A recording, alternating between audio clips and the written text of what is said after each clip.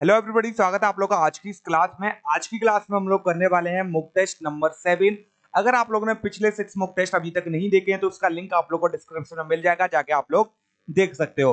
बाकी ये क्लास आप लोग को लाइव जो है 8 AM पर देखने को मिलती है, ठीक है।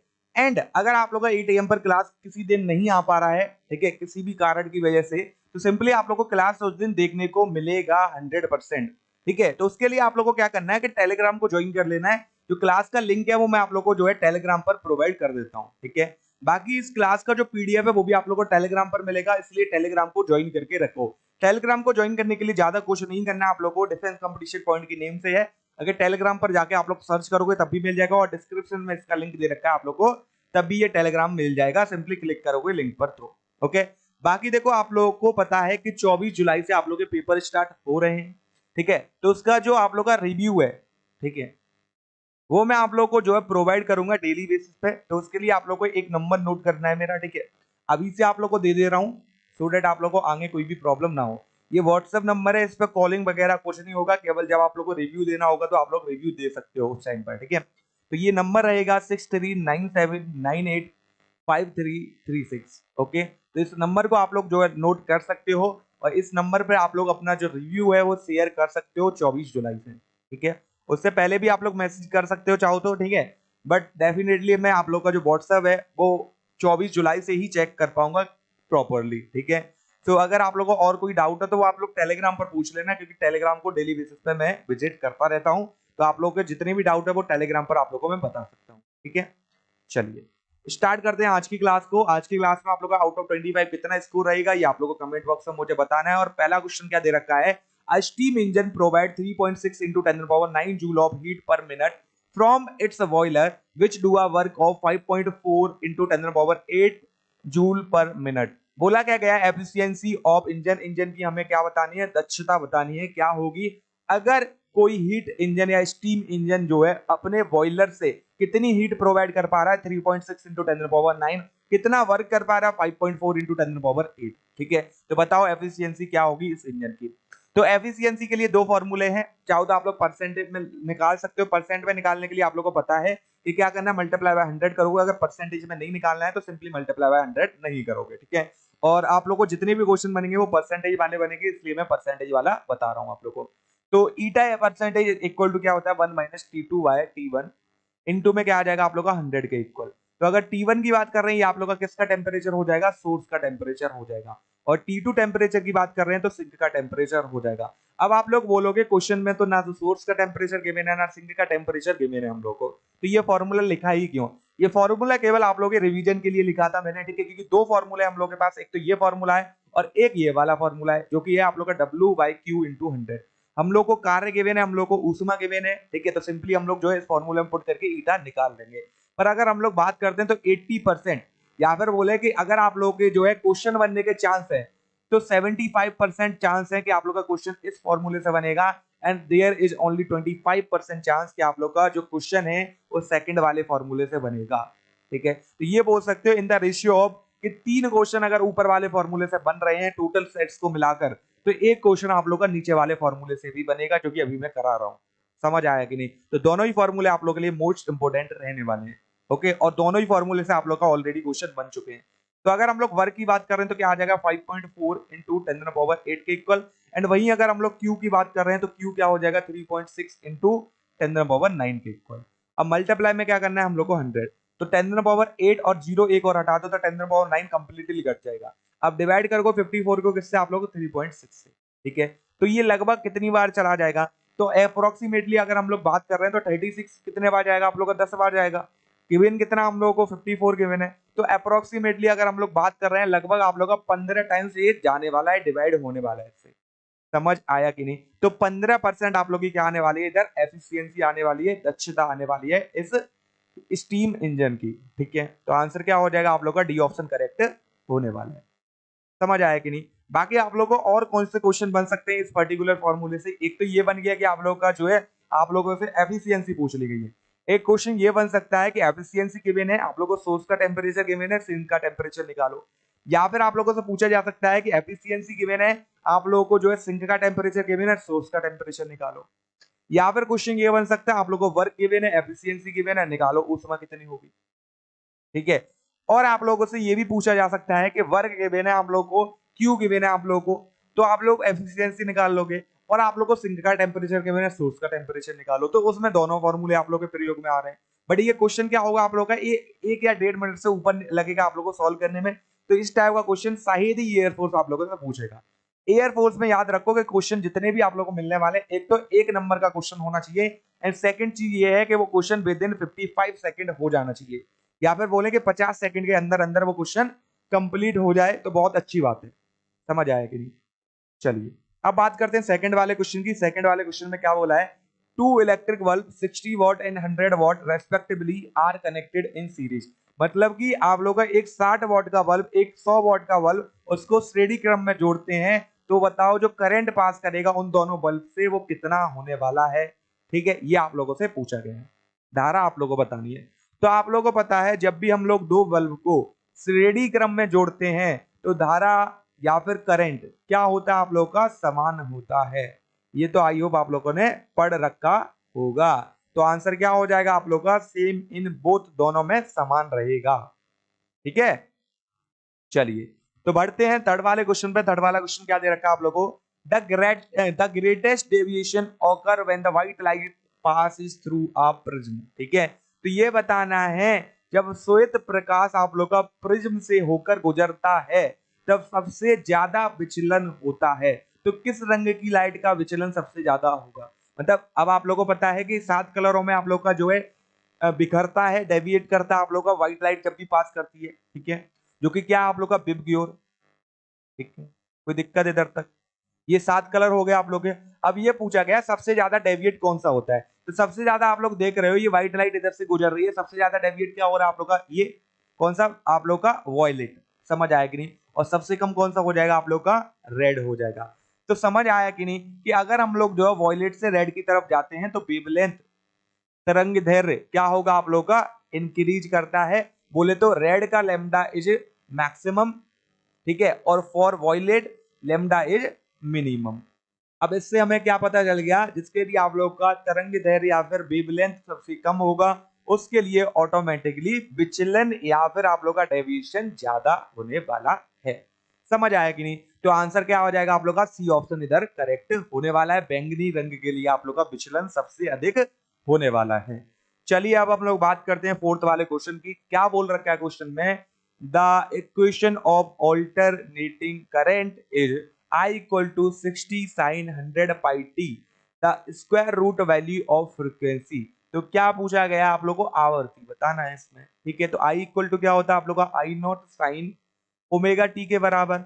अब इससे अगर कंपेयर करोगे तो 100 पाई किसके बराबर होना चाहिए, ओमेगा के बराबर। तो ओमेगा इक्वल टू क्या आ जाएगा, 100 पाई। और ओमेगा का मैंने आप लोगों को पिछले मॉक टेस्ट में फॉर्मूला बताया था, क्या था, 2 पाई एफ के इक्वल या फिर न्यू के इक्वल, जो कि फ्रीक्वेंसी रहेगा। कोई दिक्कत, तो इधर से देखोगे तो पाई से पाई कट गया आप लोग का, और न्यू इक्वल टू क्या आ जाएगा, 100/2। मतलब फ्रीक्वेंसी कितनी आ जाएगी आप लोग की, 50 हर्ट्ज के इक्वल। आई होप आप लोग को अच्छे से समझ आया। तो आंसर क्या हो जाएगा आप लोग का, इधर सी ऑप्शन जो है करेक्ट होने वाला है। ठीक है, चलिए बढ़ते हैं फिर फिफ्थ वाले क्वेश्चन पर। फिफ्थ वाला क्वेश्चन क्या दे रखा है आप लोगों को, the capacitance of a spherical conductor is in air is directly proportional to. मतलब अगर हम लोग कैपेसिटेंस की बात कर रहे हैं, धारिता की बात कर रहे हैं एक गोलाकार चालक के लिए, तो वो किसके अनुक्रमानुपाती होता है, किसके डायरेक्टली प्रोपोर्शनल होता है। तो पहले हम लोग फॉर्मूले की बात कर लेते हैं। तो दो हम लोग के पास कैपेसिटर हैं जो हम लोगों ने पढ़ रखे हैं। एक तो आप लोग का होगा पैरेलल प्लेट कैपेसिटर, और parallel plate capacitor most important है हम लोगों के लिए। समझ आया कि नहीं, पैरेलल प्लेट कैपेसिटर। अब इसके फॉर्मूले की बात करते हैं तो ए एप्सिलॉन नॉट अपॉन डी के इक्वल होता है। ये आई होप आप लोग को याद होगा। ठीक है, एंड सेकंड हम लोग के पास है जिसको हम लोग बोलते हैं स्फेरिकल कैपेसिटर। ठीक है, तो इसके लिए अगर हम लोग फॉर्मूले की बात करते हैं तो फॉर्मूला सी इक्वल टू क्या आता है, 4 पाई एप्सिलॉन नॉट आर के इक्वल। मतलब इसकी जो धारिता है वो अनुक्रमानुपाती है किसके, उसकी त्रिज्या के। ठीक है, तो आंसर क्या आ जाएगा आप लोग का, गोले के त्रिज्या या फिर रेडियस ऑफ स्फीयर के बराबर। आई होप क्वेश्चन अच्छे से क्लियर है। दोनों फॉर्मूले को याद रखना कि ऊपर वाले से भी आप लोग को क्वेश्चन बनता है और नीचे वाले से भी बनता है। ऊपर वाले से न्यूमेरिकल पूछा जा सकता है, फॉर्मूला बेस्ड क्वेश्चन पूछा जा सकता है आप लोगों से। ठीक है। आप लोगों को डाइलेक्ट्रिक कांस्टेंट वाला एक क्वेश्चन बन सकता है। इधर डाइलेक्ट्रिक कांस्टेंट हम लोगों ने दो पैरेलल प्लेट दे रखी है, एक पैरेलल प्लेट कैपेसिटर दे रखा है, उसके बीच में हम लोगों ने एक डाइलेक्ट्रिक मीडियम इंट्रोड्यूस कर दिया। बताओ के का वैल्यू क्या होगा। पहले सी इक्वल टू क्या था, 4 माइक्रोफेराड था, फिर आप लोग का सी इक्वल टू क्या आ गया, 8 माइक्रोफेराड हो गया। तो बताओ आप लोग का के का वैल्यू क्या होगा, कमेंट कर दो इसका आंसर। चलो ठीक है, बहुत ही सिंपल क्वेश्चन है, इजीली आप लोग कर सकते हो। इसको पहले वाले को C1 मान लो, दूसरे वाले को C2 मान लो। चलिए अब बात करते हैं हम लोग सिक्स्थ वाले क्वेश्चन की। Which of the following does not have the dimension of time. तो इसमें से किसका डायमेंशन समय के बराबर नहीं है, किसकी बीमा जो है समय के बराबर नहीं है। अब आप लोगों को ये पता है कि ये तो रट रखा होगा आप लोगों को, क्योंकि इतनी बार क्वेश्चन करा दिया कि L over R inductance upon resistance किसके बराबर होता है आप लोगों का, समय के बराबर, टाइम के डायमेंशन के बराबर। याद है कि नहीं। तो अगर मैं इसका उल्टा कर दूं, R अपॉन L कर दूं, तो क्या आएगा, 1/T के बराबर। अब ये तो समय के बराबर नहीं है, आप लोग का क्या हो जाएगा, व्युत्क्रमानुपाती हो जाएगा, इनवर्सली प्रोपोर्शनल हो जाएगा। तो आंसर तो मेरे पास आ गया सी, कोई दिक्कत। तो इससे मुझे क्या पता चल गया, जो RC है या फिर आप लोग का L ओवर R है या फिर आप लोग का अंडर रूट LC है, ये तीनों ही समय की बीमा के बराबर होंगे। समझ आया कि नहीं। किसके बराबर होने वाले हैं आप लोग, समय की बीमा के बराबर। तो ये याद रखना, एक ना एक क्वेश्चन आप लोग को देखने को मिलेगा। या तो आप लोगों से हो सकता है ये पूछा जाए कौन सा समय के बराबर है, समय की बीमा के बराबर, L ओवर R, RC या अंडर रूट LC। ठीक है, इसमें से कोई हो सकता है, दो ऑप्शन मिले, बोथ वाला भी मिले आप लोग को, एक ही मिले आप लोग को। ठीक है, या फिर आप लोगों से ये सेम क्वेश्चन मैंने कराया विदाउट चेंजिंग द ऑप्शन, ये क्वेश्चन भी आप लोग को देखने को मिल सकता है। ठीक है, कोई दिक्कत। बाकी देखो कमेंट बॉक्स में एक चीज आप लोग को कमेंट करनी है कि dimension of R, C and L, तीनों के लिए डायमेंशन क्या क्या होते हैं वो कमेंट बॉक्स में बताना है। R इक्वल टू डायमेंशन लिखना, C इक्वल टू डायमेंशन लिखना और L इक्वल टू डायमेंशन लिखना। समझ आया कि नहीं। चलिए सेवेंथ वाले क्वेश्चन में बढ़ते हैं। फिर हम लोग सेवेंथ वाला क्वेश्चन क्या दे रखा है, जो भी चीज है मैं आप लोगों से एक्स्ट्रा पूछता हूँ वो मोस्ट इंपोर्टेंट होती है, तो उस पर गौर दिया करो। क्या बोला गया था, capacitance of parallel plate condenser is given by. ठीक है, समांतर पट्टिका की संधारित्र की धारिता दी जाती है। तो सी का आप लोग का फॉर्मूला क्या होता है। देखो आप लोग का पैरेलल प्लेट के लिए पहला कभी भी फॉर्मूला नहीं होगा, याद रखना। ठीक है, क्या होता है अभी पीछे बताया, C equal to A epsilon not over D के इक्वल। ओके, या फिर हम लोग को पता है कि कैपिटल के इक्वल टू होता है 1/4 पाई एप्सिलॉन नॉट ए के इक्वल, सॉरी एप्सिलॉन नॉट के इक्वल। तो एप्सिलॉन नॉट को हम लोग चाहें तो रिप्लेस भी कर सकते हैं किससे, 1/4 पाई इंटू, और के का वैल्यू क्या होता है आप लोग का 9 इंटू 10⁻9 के इक्वल। आई होप आप लोग को ये क्लियर होगा। ओके, तो क्या करेंगे हम लोग, एप्सिलॉन नॉट को रिप्लेस करेंगे किसके साथ, 4 पाई, सॉरी 1/4 पाई के साथ, मतलब इधर आ जाएगा 4 पाई इंटू 9 इंटू 10⁻9 और इधर क्या आ जाएगा मल्टीप्लाई में डी। कोई दिक्कत। तो ये तो हम लोग का सी हो गया। अब इधर आप लोग का के और दिख रहा है आप लोगों को। अब इधर जो के दिख रहा है, ठीक है, और इसमें आप लोगों को जो है नीचे दिख रहा है, ये क्या है, इधर आप लोग का डाइलेक्ट्रिक कांस्टेंट है, कोई मीडियम इंट्रोड्यूस किया होगा कहीं ना कहीं। समझ आएगी नहीं। तो मल्टीप्लाई में आप लोग का क्या आ जाएगा, के आ जाएगा। ठीक है, जैसे दो प्लेट है, पैरेलल प्लेट दे रखी है, ठीक है, हम लोगों ने एक संधारित्र बनाया उससे। ठीक है, तो क्या है कि उन दोनों के बीच में जब एयर है तो के का वैल्यू होता है 1, दोनों के बीच में बॉर्डर डाल दिया, के का वैल्यू होता है 81। ठीक है, या फिर और कुछ डाल दिया तो उसका के का वैल्यू आप लोग को गिवन होगा। तो ये आप लोग को एक चीज पता होना चाहिए, जब भी हम लोग पैरेलल प्लेट कंडेंसर में, ठीक है, कोई भी डाइलेक्ट्रिक मीडियम को इंट्रोड्यूस करते हैं, कैपेसिटेंस ऑलवेज इंक्रीजेस। ठीक है, तो इधर अगर हम लोग ऑप्शन की बात करते हैं तो इधर ऑप्शन नंबर बी हम लोग का सही होने वाला है। कोई दिक्कत इधर तक। चलिए तो नेक्स्ट क्वेश्चन की बात करते हैं। नेक्स्ट क्वेश्चन क्या दे रखा था, specific resistance of all metal is mostly affected by. ठीक है, सभी धातुओं का विशिष्ट प्रतिरोध या प्रतिरोधकता सबसे अधिक प्रभावित होती है। तो किससे सबसे अधिक प्रभावित होती है, आप लोग को पता है जो रो है वो डायरेक्टली प्रोपोर्शनल है टी के टेम्परेचर के, ताप के। तो अगर हम लोग ताप बढ़ाते हैं उस मेटल का, तो क्या होता है, उसकी जो रेजिस्टिविटी है वो भी क्या करती है, इंक्रीज कर जाती है। तो आंसर क्या हो जाएगा आप लोग का, मोस्टली अफेक्टेड बाय टेम्परेचर। समझ आया कि नहीं, क्योंकि आप लोगों को पता है रेजिस्टिविटी किसी भी मेटल की, एक तो उसके मटेरियल पर डिपेंड करती है, किस मटेरियल का बना हुआ है आप लोग का, एंड सेकंड आप लोग का टेम्परेचर पर डिपेंड करती है। टेम्परेचर को बढ़ाओगे तो बढ़ेगी, टेम्परेचर को कम करोगे तो कम होगी। ठीक है, एंड इधर आप लोगों को एक चीज मैंने बताया था, क्वेश्चन जब कराता हूं मैं आप लोगों को बताता हूं कि जब आप लोगों को सेम मटेरियल के, ठीक है, सेम मटेरियल के जब आप लोग को कंडक्टर दे रखे होते हैं तो उसकी जो रेजिस्टिविटी है या प्रतिरोधकता है वो क्या होती है, समान होती है। समझ आया कि नहीं? तो अगर बोला जाए एक कॉपर वायर है जिसकी प्रतिरोधकता कुछ दे रखी है आप लोगों को, और एक और कॉपर वायर है उसकी प्रतिरोधकता कितनी होगी आप लोगों को गिवन है, लेंथ, एरिया वगैरह सब कुछ, तो उधर आप लोग जो फॉर्मूला यूज मत करने बैठ जाना, ठीक है। डायरेक्ट तो दोनों कॉपर के वायर है, आंसर हम लोग का क्या रहेगा, सेम रहेगा, ठीक है। चलिए नेक्स्ट क्वेश्चन हम लोग का स्क्रीन पर, the inductive reactance of an inductor of L by pi henry at 50 hertz frequency is, मतलब हम लोग को एक्सएल का वैल्यू पूछा गया है, क्या होने वाला है, कोई दिक्कत? तो एक्सएल इक्वल टू क्या होता है, इधर आप लोगों का ओमेगा एल के बराबर, ओमेगा का फॉर्मूला बहुत अच्छे से याद है आप लोग को, 2 पाई न्यू एल के इक्वल, तो इधर क्या आ गया 2 पाई, अगर फ्रीक्वेंसी की बात करते हैं 50 हर्ट्ज, एल की बात करते हैं तो एल अपॉन पाई के इक्वल आ जाएगा, कोई दिक्कत? तो पाई से पाई इधर कट गया, इसका मल्टीप्लाई करोगे तो क्या आ जाएगा आप लोग का 100 आ जाएगा, ठीक है। अब देखो इधर एल नहीं है, इधर आप लोग बंद करो, ठीक है, क्योंकि हमें हेनरी में वैल्यू ऑलरेडी दे रखी है, कोई दिक्कत? 1/पाई आएंगे, कोई दिक्कत? इधर क्या आ जाएगा आप लोग को 100 ओम के इक्वल, इंडक्टिव रिएक्टेंस पूछा है हम लोग को, ठीक है। समझ आया कि नहीं? तो आंसर क्या हो गया आप लोग का, सी ऑप्शन इधर करेक्ट होने वाला है। चलिए बढ़ते हैं नेक्स्ट क्वेश्चन पे। अगला क्वेश्चन क्या दे रखा है, ओम इंटू मीटर किसका यूनिट होता है, आप लोगों को पता है आर इक्वल टू क्या होता है, रो एल अपॉन ए के इक्वल, तो रो का यूनिट निकालेंगे तो R into A by L के इक्वल, रेजिस्टेंस का या फिर प्रतिरोध का क्या होता है आप लोग का ओम, एरिया का होता है मीटर स्क्वायर, क्षेत्रफल का मीटर स्क्वायर, और लेंथ की बात करते हैं तो मीटर, तो आंसर क्या निकल के आएगा आप लोग का, ओम इंटू मीटर के बराबर। तो आंसर क्या हो गया आप लोग का, ओम इंटू मीटर, रेजिस्टिविटी या प्रतिरोधकता का क्या होता है, यूनिट होता है, मात्रक होता है, इकाई होता है।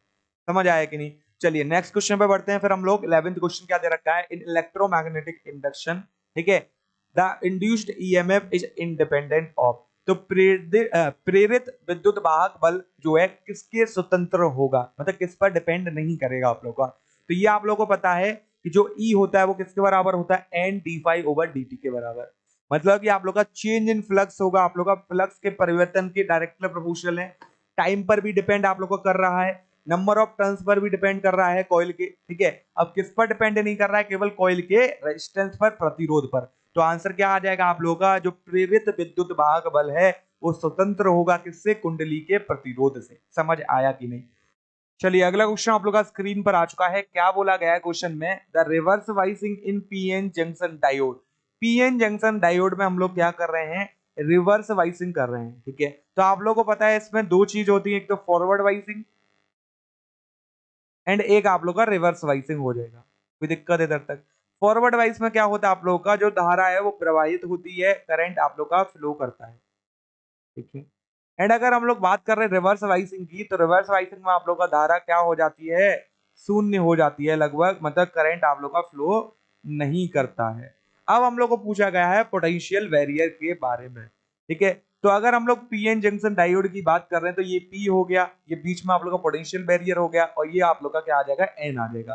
तो पी को हम लोग क्या कर रहे हैं, कनेक्ट करेंगे नेगेटिव टर्मिनल से, और एन को किससे कनेक्ट करेंगे हम लोग, पॉजिटिव टर्मिनल से, कोई दिक्कत? तो क्या होगा आप लोग का, होल्स जो है नेगेटिव टर्मिनल की तरफ अट्रैक्ट करेंगे, और आप लोग के इलेक्ट्रॉन जो है पॉजिटिव टर्मिनल की तरफ अट्रैक्ट करेंगे। तो बीच का जो पोटेंशियल बैरियर है उसका जो विड्थ है वो क्या कर जाएगा, इंक्रीज कर जाएगा। समझ आया कि नहीं? ये किसके लिए आप लोग का, रिवर्स वाइसिंग की हम लोग बात कर रहे हैं। तो रिवर्स वाइसिंग में आप लोग का जो पोटेंशियल बैरियर है वो इंक्रीज कर जाता है, ओके। संधि प्राचीर विभव को अधिक करता है, ओके। आई होप आप लोगों को क्वेश्चन क्लियर है। तो 13 वाले क्वेश्चन को करते हैं, which of the following pair is an isobar, इसमें से कौन सा पेयर आप लोगों का आइसोबार है, समभारिक है। तो जब हम लोग हिंदी की बात कर रहे हैं, हिंदी में हमें इधर पता चल गया भार, भार मतलब एटॉमिक मास जिनका इक्वल होगा, ठीक है, और सम का क्या मतलब है, इक्वल। समझ आया कि नहीं? और इंग्लिश की बात कर रहे हैं तो क्या है, आइसोबार, तो जिसका भी एटॉमिक मास समान है वो ही हम लोग का क्या हो जाएंगे, इधर आइसोबार हो जाएंगे या समभारिक हो जाएंगे। तो आंसर क्या हो जाएगा आप लोग का, डी ऑप्शन करेक्ट हो जाएगा, 15 फॉस्फोरस 30 एंड 14 सिलिकॉन 30 के इक्वल। समझ आया कि नहीं? चलिए बढ़ते हैं 14 वाले क्वेश्चन पर, image of an object in concave mirror, तो कॉनकेव मिरर में या अवतल दर्पण में जो वस्तु की प्रतिबिंब बनता है वो कैसा रहता है। तो आप लोगों को पता है कि कॉनकेव कंडीशन के लिए एक कंडीशन आती है, ठीक है। इसको मैं बार बार क्यों रिपीट करता हूं, क्योंकि इससे अगर क्वेश्चन बन गया, ये तय है कि क्वेश्चन हो सकता है कि इससे बने आप लोग का, कि फोकस और पोल के बीच में जब ऑब्जेक्ट को रखते हो, यही एक कंडीशन बचती है जहां आप लोग का आभासी या फिर वर्चुअल इमेज बनता है। समझ आया कि नहीं? बाकी सारी कंडीशन के लिए इमेज कैसा बनता है, रियल। इसका मतलब क्या हो गया, जो कॉनकेव मिरर है, अवतल दर्पण है, वो आप लोग का रियल इमेज भी बनाता है, वर्चुअल भी बनाता है। अब किस पर डिपेंड कर रहा है, उस वस्तु की पोजीशन पर। समझ आया कि नहीं? उस वस्तु की स्थिति पर डिपेंड कर रहा है, इमेज रियल है, वास्तविक है, या फिर इमेज वर्चुअल है। ओके। और वहीं अगर हम लोग बात करते हैं कि कॉन्वेक्स मिरर जो होता है आप लोगों का, वो कैसा इमेज बनाता है, ठीक है। ये क्वेश्चन है आप लोगों के लिए, जो उत्तल दर्पण है वो कैसा इमेज बनाएगा, always real, always virtual, always erect, या फिर डी ऑप्शन। सेम ऑप्शन रख लो आप लोग, ठीक है, और आप लोग कमेंट बॉक्स में आंसर कर सकते हो। चलिए बढ़ते हैं अगले क्वेश्चन पर। अगला क्वेश्चन क्या दे रखा है, which of the following is one dimensional. इसमें से कौन सा जो है एक विमीय गति है। एक विमीय गति क्या होती है, मोशन इन स्ट्रेट लाइन, मतलब सीधी रेखा में या सरल रेखा में मैं मोशन करूं। लाइक ये पेन है, एक सरल रेखा में मोशन कर रहा है, मतलब क्या कर रहा है, ए पॉइंट से बी पॉइंट पे एक सीधी रेखा में चल रहा है। तो अगर हम लोग बात कर रहे हैं लैंडिंग ऑफ एयरक्राफ्ट, तो एयरक्राफ्ट क्या सीधी रेखा में चलता है, कैसे लैंड करता है, इधर होता है, नीचे की तरफ लैंड करता है, तो सीधी रेखा तो नहीं हुई, ये तो गलत हो गया हम लोग का। वहीं अगर हम लोग बात कर रहे हैं earth revolving around the sun, circular motion कैसा होता है, 2D मोशन है आप लोग का, 1D मोशन नहीं है। वहीं अगर हम लोग बात कर रहे हैं motion of a wheel of moving train, अब ट्रेन तो आप लोग का सीधा चल रहा है, मतलब जो आप लोग का व्हील है या फिर उसको पहिया बोलेंगे ट्रेन के को, वो आप लोग का जो है सीधा तो चल रहा है, पर साथ में आप लोग का गोल गोल घूम रहा है और आगे भी बढ़ता जा रहा है, कुछ इस प्रकार। तो ये आप लोग का स्ट्रेट मोशन नहीं होगा या फिर बंडी मोशन नहीं होगा। तो क्या बचा आप लोग का, एक ट्रेन को अगर सीधे ट्रैक पर चला दें तो वो बंडी मोशन हो जाएगा। आंसर क्या हो गया आप लोग का, डी ऑप्शन जो है इधर करेक्ट होने वाला है, सीधी रेल मार्ग पर दौड़ती ट्रेन की गति। समझ आया कि नहीं? चलो 16 वाला क्वेश्चन आप लोग का स्क्रीन पर आ चुका है। When object is oscillating at the centre of gravity, time period आप लोग को बताना है, आवर्तकाल क्या होगा। जैसे कि कोई भी ऑब्जेक्ट है, ठीक है, उसको दोलन करा रहे हैं कहां पर, सेंटर ऑफ ग्रेविटी। बोले तो अर्थ की सेंटर ऑफ ग्रेविटी, मतलब सेंटर पर हम लोग दोलन करा रहे हैं। सेंटर पर मैंने कितनी बार बताया, जी का वैल्यू होता है 0, और टाइम पीरियड जब आवर्तकाल की बात करते हैं तो 2 पाई एल ओवर जी के बराबर होता है, मतलब T inversely proportional under root of G. G का वैल्यू इन्फिनिटी है, समथिंग अपॉन इन्फिनिटी, तो टी इक्वल टू क्या हो जाएगा आप लोग का, 0 के बराबर। तो उसका आवर्तकाल कितना हो जाएगा, 0, शून्य के बराबर। समझ आया कि नहीं? तो इधर बी ऑप्शन आप लोग का करेक्ट होने वाला है। चलिए बढ़ते हैं 17 वाले क्वेश्चन पे। 17 वाला क्वेश्चन क्या दे रखा है आप लोगों को, if a point charge q is enclosed in a closed surface then the electric flux of the surface। तो सरफेस का जो इलेक्ट्रिक फ्लक्स होगा वो कितना होने वाला है, विद्युत फ्लक्स कितना होने वाला है उस सतह का, ठीक है। तो मैंने क्या बोला था आप लोगों का, किसी भी बंद सतह में कोई भी आवेश आप लोगों का जो है इनक्लोज्ड है, ठीक है। जैसे कोई भी हम लोगों ने जो है क्लोज सरफेस ले लिया, बंद सतह ले लिया हम लोगों ने, इसके अंदर हम लोगों ने चार्ज डाल दिया केवल क्यू, तो आप लोग का जो फ्लक्स होता है फाई इक्वल टू क्या आता है, sigma Q upon epsilon not के इक्वल। टोटल चार्ज या फिर बोल सकते हैं कि नेट चार्ज कितना है इधर, केवल क्यू। तो क्या आंसर आ जाएगा, क्यू अपॉन एप्सिलॉन नॉट के equal, means B option correct हो जाएगा। तो क्वेश्चन ये भी पूछा जाता है कि आप लोगों का बंद सतह के अंदर एक डाइपोल को रख दिया जाए, तो बताओ टोटल फ्लक्स कितना निकलेगा उस बंद पृष्ठ से या बंद सतह से। तो क्या हो जाएगा आप लोगों का, देखो phi equal to sigma Q upon epsilon not के इक्वल। और आप लोगों को पता है डाइपोल पे चार्ज कैसा होता है, एक पॉजिटिव एक नेगेटिव चार्ज। तो अगर सिग्मा क्यू निकालूंगा तो कितना आ जाएगा, 0 के बराबर। तो अब आप लोगों को पता है 0 अपॉन समथिंग इक्वल टू 0 के बराबर। तो ये चीज याद रखना, जब भी आप लोगों का इलेक्ट्रिक डाइपोल को हम लोग एक क्लोज सरफेस में या बंद सतह में रखते हैं, तो आप लोग का इलेक्ट्रिक फ्लक्स कितना गुजरता है, शून्य होता है। समझ आया कि नहीं? ठीक है, चलिए 18 वाले क्वेश्चन की बात करते हैं। If the direction of initial velocity of charge particle, एक चार्ज पार्टिकल है, उसकी इनिशियल वेलोसिटी माना तो u है, उसका जो डायरेक्शन है ना तो आप लोग का फील्ड की तरफ है, ठीक है, ना ही फील्ड के परपेंडिकुलर है। अब क्या बोला गया है, उसका ऑर्बिट कैसा होगा। तो अगर मैं फील्ड को माना ये है मेरा इलेक्ट्रिक फील्ड, ठीक है, तो ना तो आप लोग का इसका डायरेक्शन जो इनिशियल वेलोसिटी है उसका डायरेक्शन ना ये है ना ही उसका डायरेक्शन ये है, समझ आया कि नहीं? उसका डायरेक्शन किसी एंगल पर हो सकता है और किसी एंगल पर जब आप लोग का ऑब्जेक्ट इनिशियल वेलोसिटी के साथ या चार्ज पार्टिकल इनिशियल वेलोसिटी के साथ मैग्नेटिक फील्ड में चलता है तो आप लोग का जो ऑर्बिट बनता है, ठीक है, या फिर उसको हम लोग पथ भी बोल सकते हैं, ठीक है। तो आप लोग का जो पथ बनेगा वो कैसा बनने वाला है आप लोग का, बताओ फटाफट। हेलिक्स बनेगा। तो लाइक कैसा होगा आप लोग का, जैसे सीधा जाना चाहता है पर सीधा भी नहीं जा पा रहा है, सर्कुलर बनाना चाहता है सर्कुलर नहीं, ठीक है, सीधा जाना चाह रहा है सर्कुलर बनाना चाह रहा है, तो मतलब कुछ इस प्रकार से आप लोग का हेलिक्स बन जाएगा। समझ आया कि नहीं? या फिर सर्पिल बोलते हैं इसको हम लोग हिंदी में, ठीक है। तो आंसर क्या हो गया आप लोग का, डी ऑप्शन करेक्ट हो जाएगा। तो इधर ही आप लोग को कुछ चीजें मैं बताना चाहूंगा कि अगर पैरेलल चल रहा होता मैग्नेटिक फील्ड के साथ देन आंसर ए हो जाता है स्ट्रेट लाइन सरल रेखा। अगर वही जो है परपेंडिकुलर चल रहा होता तो आंसर क्या होता आप लोग का, एक वृत्त होता, वृत्त बनता, सर्कल बनता। समझ आया कि नहीं? और बाकी अगर किसी एंगल पर है तो आप लोग का हेलिक्स बनता है, पथ या ऑर्बिट, ठीक है। चलिए तीनों पॉइंट आप लोगों को बता दिए, तो इलेक्ट्रिक फील्ड में कमेंट कर पाओगे आप लोग? ठीक है, देखो बार बार रिवीजन इसलिए कराया जा रहा है क्वेश्चन का, सो दैट आप लोगों को क्लियर हो जाए दिमाग में। ये क्वेश्चन आप लोगों को पूछे जाते हैं। अब एयरफोर्स कोई आईआईटी जेई लेवल का पेपर नहीं है, उधर क्वेश्चन भी एक नंबर के हिसाब से ही पूछा जाएगा। तो अगर अगर हम लोग इलेक्ट्रिक फील्ड की बात कर रहे हैं, विद्युत क्षेत्र की बात कर रहे हैं, ठीक है, तो इसमें बताओ यार, अगर 0 डिग्री पर है, ठीक है, यहाँ पर बोल सकते हैं फील्ड के परपेंडिकुलर चल रहा है आप लोग का, ठीक है, यहाँ पे फील्ड के परपेंडिकुलर है आप लोग का चार्ज, ओके।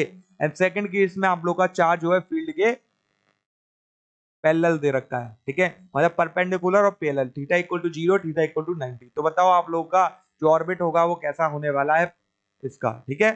चलिए अब बात करते हैं 19 वाले क्वेश्चन की। आप force of 5 newton acceleration produce on a body of weight 9.8 newton, what is the acceleration produce in meter प्रति सेकंड स्क्वायर। तो देखो एक वस्तु है, उस पर कितना फोर्स लगाया जा रहा है, 5 न्यूटन फोर्स लगाया जा रहा है, उसका भार कितना है, 9.8 न्यूटन दे रखा है। जब हम लोग भार की बात कर रहे हैं, यहाँ पर वेट की बात कर रहे हैं, W इक्वल टू mg होता है, तो इधर से हम लोग इसका मास निकाल लेंगे। तो क्या आ गया, 9.8 डिवाइड बाय 9.8, इसका मास रहेगा 1 kg के बराबर।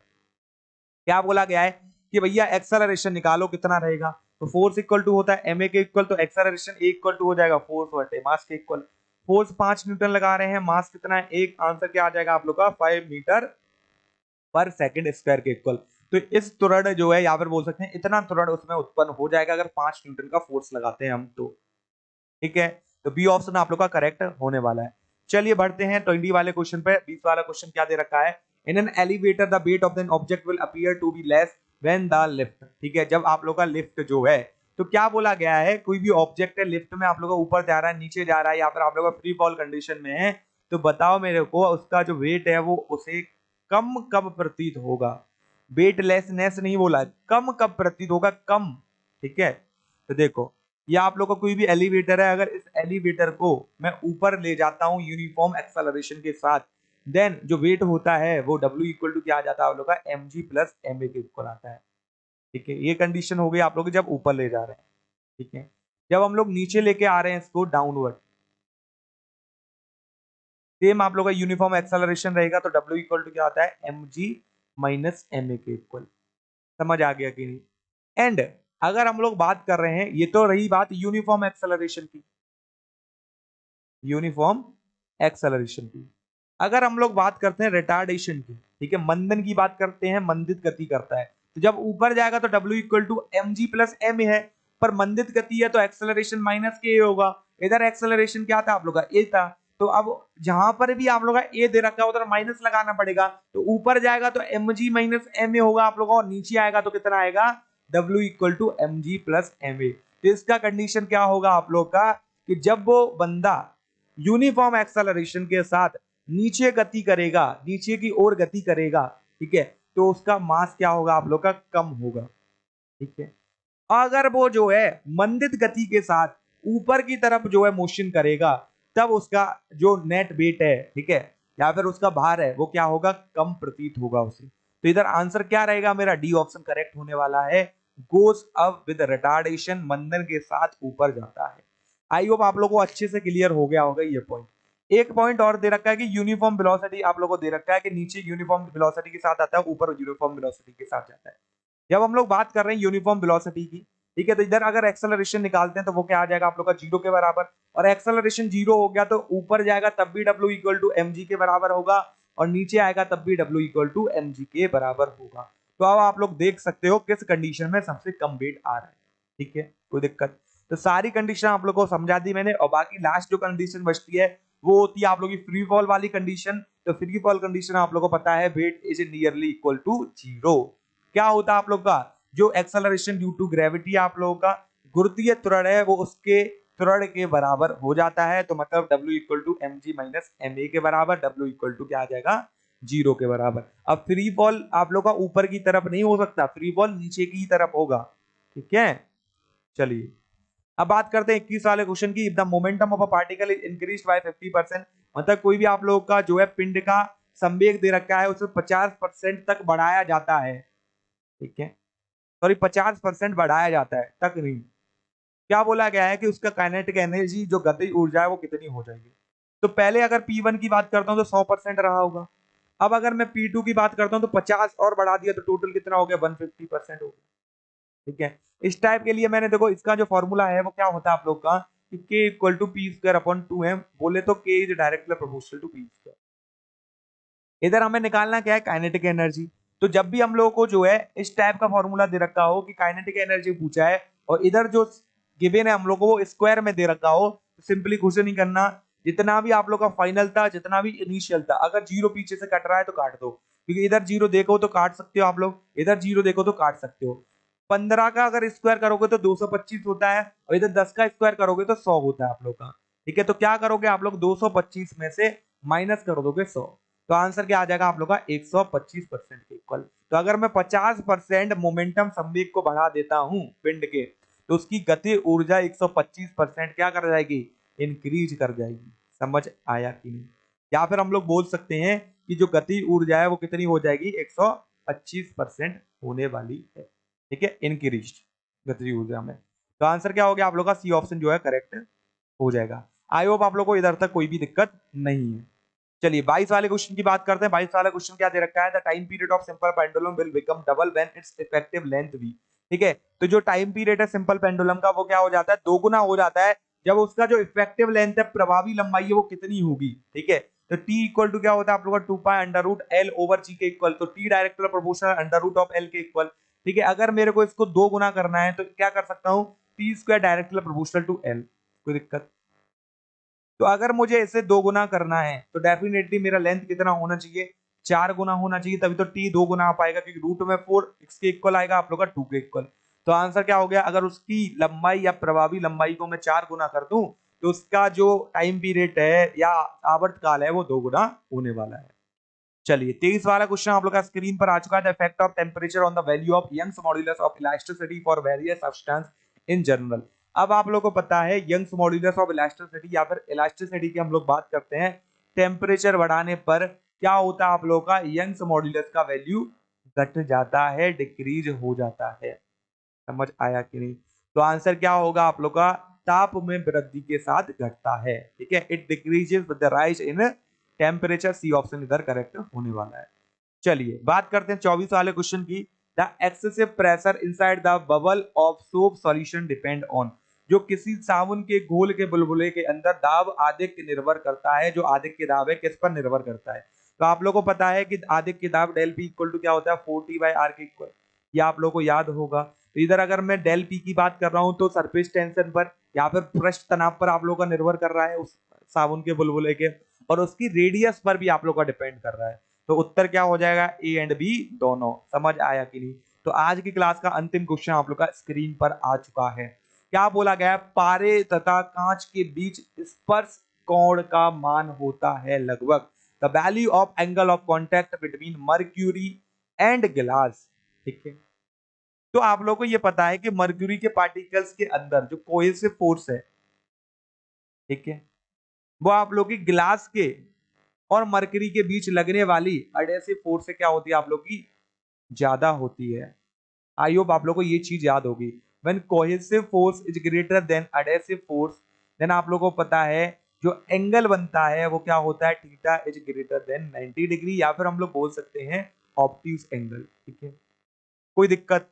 तो एंगल कैसा बनेगा आप लोगों का, एक ऑब्ट्यूज एंगल बनने वाला है, ठीक है। तो ऑब्ट्यूज एंगल देखोगे तो ऑप्शन 2 हम लोगों ने निकाल लिए कि बी और डी हो सकता है इधर आंसर हो।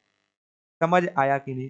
तो अब आप लोगों को क्या पता चल गया कि जब हम लोग मर्क्यूरी और ग्लास की बात कर रहे हैं तो इन दोनों के बीच जो एंगल ऑफ कांटेक्ट रहता है उसका एक फिक्स वैल्यू है कि 135 डिग्री है, ठीक है। अब ये कब के लिए, ये जो मैंने कंडीशन बोली, या तो आप लोग को एक क्वेश्चन पूछ लिया जाए कि ऑप्टिस एक्यूट, ये वाला जो क्वेश्चन बने, तब आप लोग इसको यूज कर सकते हो। बट जब हम लोग मर्करी और ग्लास की बात कर रहे हैं तो इसके लिए एंगल फिक्स है आप लोगों का 135 डिग्री होता है, क्योंकि क्या होता है आप लोगों का ग्लास के ऊपर मर्करी फैलता नहीं है, ठीक है। ये ग्लास ले लिया हम लोगों ने तो इसके ऊपर मर्करी कुछ इस प्रकार से होता है। समझ आया कि नहीं? तो इधर हम लोग जब एंगल निकालते हैं तो लगभग क्या आता है आप लोग का, एक ऑब्ट्यूज एंगल आता है ग्रेटर देन 90 डिग्री। समझ आया कि नहीं? तो आंसर क्या आ जाएगा आप लोग का, डी ऑप्शन करेक्ट हो जाएगा। 135 डिग्री जो एंगल ऑफ कांटेक्ट है मर्क्यूरी और ग्लास के बीच में वो 135 डिग्री होता है। और ये आप लोगों को पता है, अगर कोहेसिव फोर्स आप लोग का एडहेसिव फोर्स से ज्यादा होगा एंगल के अंदर बनेगा ऑब्ट्यूज। अगर आप लोग का एडहेसिव फोर्स कोहेसिव से ज्यादा होगा तो एंगल कौन सा बनेगा आप लोग का, एक्यूट एंगल बनेगा। तो ये भी दिमाग में फीड कर लो क्योंकि ये भी क्वेश्चन आप लोग का बन जाता है पेपर में। तो आज की क्लास के 25 क्वेश्चन इधर ही कंप्लीट करता हूं मैं। बाकी अगर आप लोग का कोई भी क्वेश्चन में कुछ भी डाउट हो तो आप लोग कमेंट बॉक्स में पूछ सकते हो। आउट ऑफ 25 आप लोग का कितना स्कोर आई आप लोग को कमेंट बॉक्स में बताना है। क्लास अच्छा लगा है, क्लास को लाइक करो, ठीक है। एंड दोस्तों के साथ आप लोग शेयर कर सकते हो। बाकी देखो एक चीज मैं आप लोगों से बोलना चाहूंगा, देखो क्लास को यार लाइक कर दिया करो। अब लाइक करने से क्या होगा, क्लास का जो एंगेजमेंट है या फिर हम लोग बोलते हैं जो रीच है इस क्लास का वो बढ़ जाएगा आप लोग के एक लाइक करने से। तो एक लाइक करने से बहुत सारे स्टूडेंट की जो है हेल्प हो जाएगी, ठीक है। तो आप लोग इतना काम कर सकते हो कि लाइक कर दो और आप लोग का जो जितना भी स्कोर है, ठीक है, जितना भी आप लोग का स्कोर बना आज के मॉक टेस्ट में वो कमेंट बॉक्स में मुझे बता दो। बाकी इस क्लास का जो पीडीएफ है वो आप लोग को टेलीग्राम पर मिल जाएगा। टेलीग्राम ज्वाइन करने के लिए ज्यादा कुछ नहीं करना, डिफेंस कंपटीशन पॉइंट टेलीग्राम पर सर्च करोगे मिल जाएगा चैनल। यहाँ पर लिंक आप लोग को डिस्क्रिप्शन में दे रखा है, क्लिक करो और आप लोग टेलीग्राम चैनल को ज्वाइन कर सकते हो। ओके, अगर लिंक काम नहीं करता है तो आप लोग सर्च भी कर सकते हो डिफेंस कंपटीशन पॉइंट। ओके, वैसे काम कर रहा है, कोई दिक्कत नहीं आ रही है। ओके, बाकी जितने भी आप लोग के कोई भी अगर डाउट है कमेंट बॉक्स में पूछ सकते हो। कमेंट बॉक्स आप लोगों के लिए हमेशा के लिए खुला रखा है। और हम लोग मिलेंगे अगली क्लास में, तब तक के लिए जय हिंद, जय भारत, वंदे मातरम।